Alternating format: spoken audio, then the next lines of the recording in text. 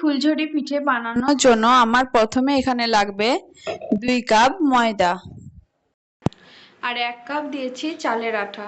তো 2 কাপ ময়দা দিলে এখানে 1 কাপ চালের আটা দিবেন, আর যদি 1 কাপ ময়দা দেন তাহলে হাফ কাপ চালের আটা দেবেন। তো এখানে আমি দিলাম 1 কাপ, এখানে আমি চিনি গুঁড়ো করে নিয়েছি।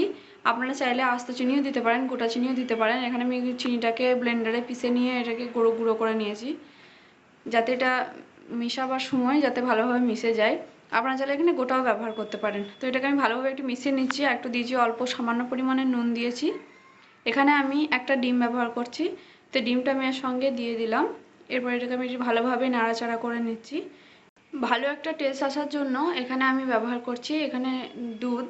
এখানে আমি গরুর দুধ ব্যবহার করেছি। আপনারা চাইলে কিন্তু এখানে ঠান্ডা পানি দিয়েও ব্যবহার করতে পারেন। গরুর দুধটা কিন্তু একদম ঠান্ডা আছে, বা গুঁড়ো দুধ হালকা পানি গরম করে সেটাতে মিশিয়েও আপনারা ঠান্ডা করার পর এর সঙ্গে ব্যবহার করতে পারেন।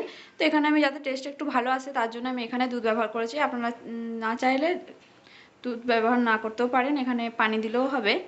তো এখানে ঠান্ডা পানিটা ব্যবহার করবেন, নর্মাল যে পানিটা থাকে সেটা ব্যবহার করবেন। তো তারপরে এটা ভালোভাবে মিশিয়ে নিচ্ছি। আপনারা চাইলে কিন্তু এখানে কালো জিরেও ব্যবহার করতে পারেন। তো কালো জিরে আমাদের খেতে এতটা পছন্দ করে না, তার জন্য আমি এখানে কালো জিরেটি দিইনি। তো আপনারা চাইলে কালো জিরে দিতে পারেন এখানে। তো দেখুন এখানে ব্যাটারটা ঠিক এরকমভাবে হবে। ফুলঝুরি পিঠা করার যেই মেন জিনিস সেটা হলো এই ফুলঝুরি পিঠার খাপটা। এটা কিন্তু আপনার অবশ্যই লাগবে ফুলঝুরি পিঠা বানানোর জন্য। তো এটা নেওয়ার পর এটাকে আপনি কিছুক্ষণের জন্য তেলেতে যেটাতে আপনি ভাজবেন। দেখুন আমি এখানে সাদা তেল ব্যবহার করেছি, তো এখানে সাদা তেলটা আমি দিয়ে দিয়েছি। কিন্তু সাদা তেল দেওয়ার পর আপনাকে এই যে খাপটা রয়েছে সেই খাপটাকে কিন্তু ভালোভাবে গরম করে নিতে হবে। যতক্ষণ না খাপটা গরম হচ্ছে কিন্তু আপনার পিঠেটা একদমই ছাড়বে না। তো প্রথমে আপনাকে কি করতে হবে, প্রথমে এই পিঠের যেই খাপটা রয়েছে সেটা কিন্তু আপনাকে ভালোভাবে গরম করে নিতে হবে তেলের মধ্যে। তারপর একদম মিডিয়াম আঁচে পিঠেটাকে আপনাকে ছেঁকে নিতে হবে। তো এখানে পিঠেটা আমি এপাশ ওপাশ করে একটু ভালো করে কালার আসা পর্যন্ত আমি ওকে ছেঁকে নেব। তো তারপর দেখুন এখানে আমি অল্প অল্প করে দিচ্ছি, আর এখানে আমি একধারে একটু বানিয়ে নিচ্ছি। আর যখন এটা একটু না ছাড়তে চাইবে তখন আপনারা একটা চামচের সাহায্যে তো এটাকে একটু সরিয়ে সরিয়ে দিবেন, দেখবেন খুব সহজে এটা ছেড়ে চলে আসবে। তো প্রথমে আপনাকে কিন্তু এটা ভালোভাবে হিট করে নিতে হবে। মেশিনটাকে প্রচুর পরিমাণে একটু গরম করে নিতে হবে।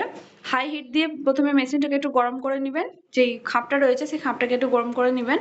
তো খাপটা গরম করা হওয়ার পরই কিন্তু আপনি ব্যাটারের মধ্যে দিয়ে তারপর এখানে আপনি তেলের মধ্যে দিয়ে ছেঁকে নিতে পারেন। এখানে আমি একে একে সব ভালোভাবে ছেঁকে নিচ্ছি। ওই ব্যাটারটাতে আপনার অনেকগুলো পিঠে হয়ে যাবে ওই ব্যাটারের মধ্যে। তো আপনারা চাইলে এখানে যে ব্যাটারটা বানাবেন সেটা কম বেশি করেও বানিয়ে নিতে পারবেন, আপনাদের যেরকম প্রয়োজন। তো একবার বানিয়ে দেখবেন, এটা কিন্তু খুবই সুন্দর খেতে হয়, একদম ক্রিস্পি, একদম কুচমুচে পাড়া খেতে লাগে, আর এর টেস্টটা কিন্তু অনেক সুন্দর লাগে। তো এটা ঘরে সবাই দেখবেন পছন্দ করবে।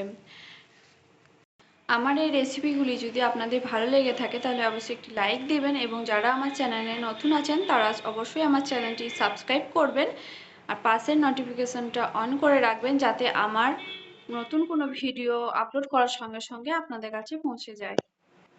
এখানে কিন্তু আপনারা চুলের আঁচের জালটা একদম মিডিয়ামে রাখবেন, একদম লোতেও রাখবেন না, একদম হাইও করে দেবেন না। কারণ যদি আপনি বাড়িয়ে দেন তাহলে খুব দেখবেন জলদি এটা কালার চলে আসবে, কিন্তু ভিতরটা আপনার একটু নরম হয়ে থাকবে। তার জন্য হালকা হালকা করে ভাজুন, দেখবেন অনেক কুচমুচে পাড়া হয়ে যাবে। তো আমার এখানে সব ভাজা হয়ে গেছে। চলুন এরপরে আমি এটা প্লেটের মধ্যে নিয়ে নিচ্ছি। তো দেখুন এখানে আমার ওই ব্যাটারের মধ্যে আমার এখানে কতগুলো হয়েছে।